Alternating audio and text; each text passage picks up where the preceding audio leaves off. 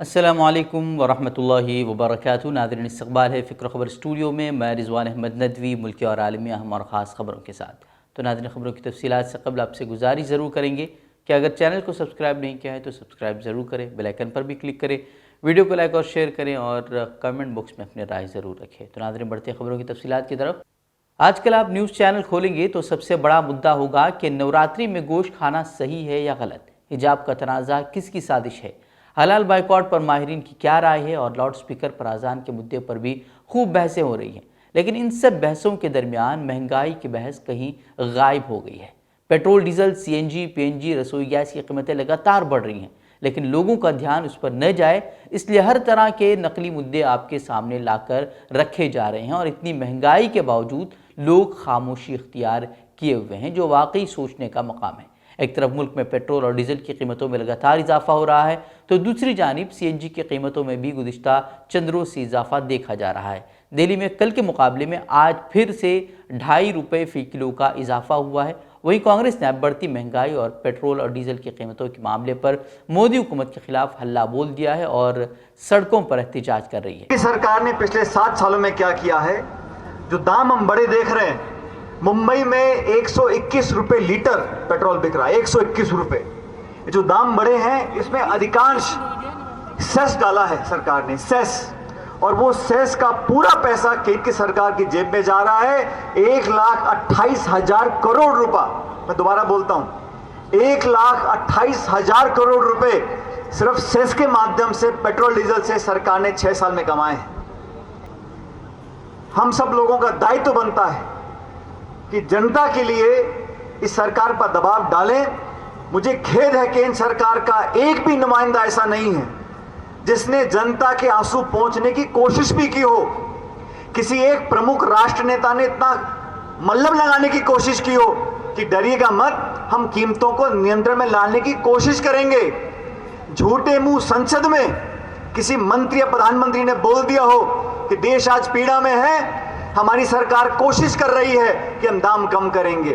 یہ اس لیے ہو رہا ہے ساتھیوں، یہ سب لوگ گھمنڈ اور اہنکار میں راج کرنے کی ان کو عادت پڑ گئی ہے۔ بتا دیں کہ پیٹرول کی قیمتوں میں 10 روپے کا اضافہ ہو چکا ہے، کچھ ہی تقریباً 2 ہفتوں میں 10 روپے کا اضافہ ہوا ہے، جبکہ سی این جی میں صرف 2 دنوں میں 5 روپے کا اضافہ کیا گیا ہے۔ ویسے کرناٹک میں الیکشن میں ٹکٹ حاصل کرنے کے لیے بہت کچھ ہو رہا ہے۔ اڈپی میں حجاب تنازع کو آواز دینے والے ہندوتو لیڈر اور کالج کمیٹی کے نائب صدر تورنا نے اب ایک اور بھڑکاؤ بیان دیا ہے۔ اس نے حجاب کے لیے لڑ رہی 6 طالبات کو دہشت گرد قرار دیتے ہوئے انہیں سنگسار یعنی کہ پتھروں سے مار کر ہلاک کرنے کا مطالبہ کیا ہے۔ طالب علموں اور ان کے والدین کے خلاف این آئی اے کی تحقیقات کا مطالبہ کرتے ہوئے اس نے کہا کہ مسلم تنظیموں کو جڑ سے اکھاڑ پھینکنے کی ضرورت ہے۔ اس نے کہا کہ اب ان طلباء کے اہل خانہ کا بائیکاٹ کیا جائے، 6 دہشت گردوں کو ملک سے بھگا دیا جائے، حکومت کو اگلے 24 گھنٹے کے اندر کارروائی کرنی چاہیے۔ آخر سوال یہ ہے کہ اس طرح کھلے عام میڈیا میں نفرتی بیان دینے والوں کے خلاف امن و امان کی صورتحال بگاڑنے کا کیس کیوں درج نہیں ہو رہا؟ ویسے ایسے لوگوں کی پہلے جانچ ہونی چاہیے جو اس طرح کے بیانات دے کر صورتحال کو بگاڑ رہے ہیں، اور اس سے بڑی حیرت کی بات یہ ہے کہ ایسے گھٹیا سوچ کے مالک لوگوں کو تعلیمی اداروں کی ذمہ داریاں دی جا رہی ہیں۔ اب سمجھ میں نہیں آتا کہ والدین اور ذمہ داران اپنے بچوں کو بنانا کیا چاہ رہے ہیں۔ اس طرح کے لوگوں کو جب اتنے باوقار عہدے پر تعینات کیا جائے گا تو ان کی دیکھ ریکھ میں نوجوان کیا بن کر وہاں سے نکلیں گے؟ یہ تو سوچنے کا ہی مقام ہے۔ ویسے بی جے پی کے لیے خوشخبری ضرور ہے کہ انہیں ان کی ہندوتو ایجنڈے کو آگے بڑھانے کے لیے اگلے انتخابات کے لیے ایک اچھا کینڈیڈیٹ مل گیا ہے۔ ویسے کرناٹک بھر میں نفرتوں کو بڑھاوا دے کر بی جے پی اپنا ووٹ بینک تیار کر رہی ہے۔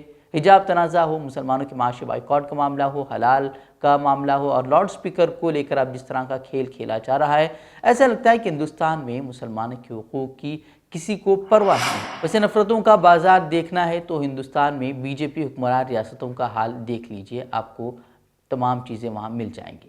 کل کرناٹک میں آپسی جھگڑے کے بعد ایک لڑکے کا چاقو سے حملے کے بعد قتل ہو گیا، اور بی جے پی کے قومی سیکریٹری سی ٹی روی نے اب اس پورے واقعے کو ہندو مسلمان کر دیا۔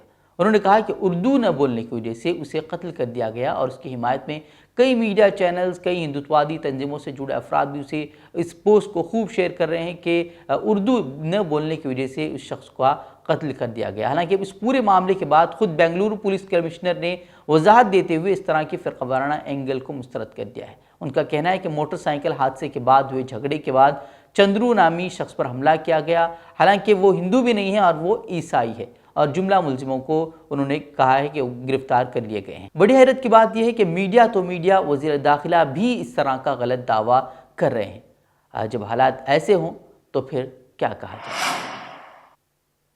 اور میرٹھ میں دیکھیے کہ اب گوشت کی دکان کے خلاف ہندوتوا تنظیمیں سڑک پر گھوم کر جے شری رام کے نعرے کے ساتھ مسلمانوں کی بریانی کی دکانوں اور گوشت کی دکانوں کو بند کرا رہے ہیں، اور پولیس ایسے شرپسند عناصر کو گرفتار کرنے کے بجائے ان سے منت سماجت کر رہی ہے کہ سچن ایسا نہیں ہے، کہیں گوشت نہیں بک رہا، صورتحال کو سمجھو یار۔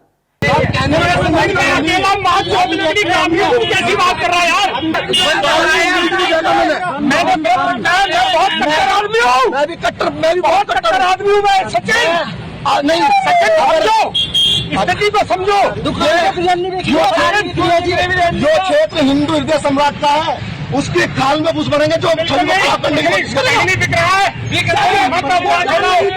تو یار اور دوست جیسی الفاظ کو اس طرح کے شرپسندوں کے لیے پولیس استعمال کر رہی ہے۔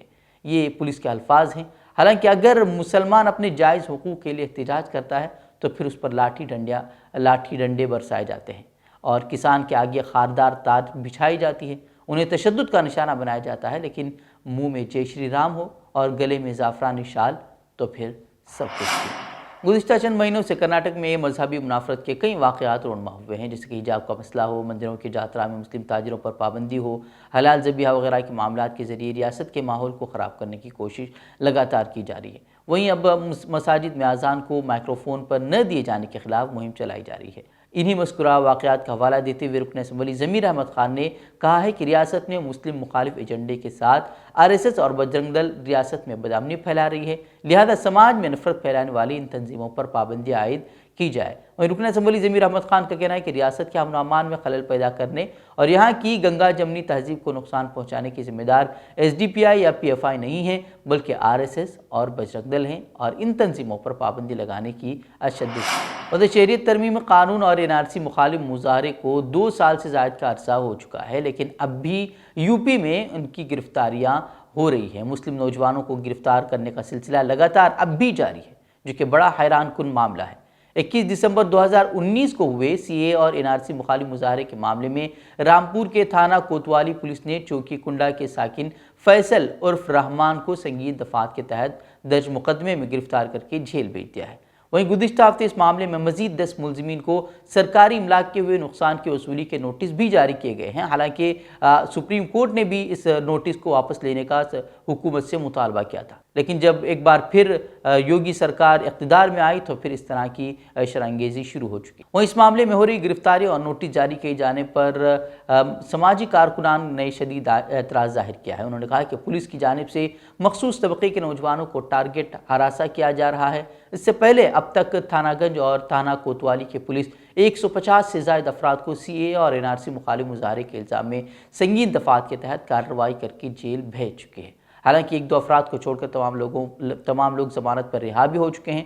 وہی پولیس کی جانب سے مزید نئے افراد کو گرفتار کر کے جیل بھیجنے کا سلسلہ ابھی تک تھمنے کا نام نہیں لے رہا۔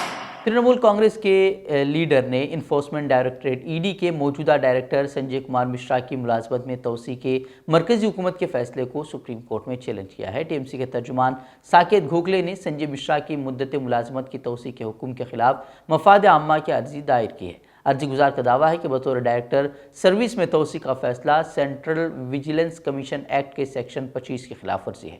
درخواست میں یہ بھی دعویٰ کیا گیا ہے کہ سنجے مشرا کی ملازمت میں توسیع کا حکم کامن کاز بمقابلہ یونین آف انڈیا میں سپریم کورٹ کے فیصلے کے بھی خلاف ہے۔ گوگلے نے اپنے عرضی میں کہا ہے کہ 17 نومبر 2021 کو مرکزی حکومت کی وزارت خزانہ کے ریونیو ڈپارٹمنٹ کے ذریعے جاری کردہ ایک حکم میں سنجے مشرا کو سروس میں توسیع دی گئی تھی۔ انہوں نے سپریم کورٹ سے گزارش کی ہے کہ محکمے کے حکم کو کالعدم قرار دیا جائے۔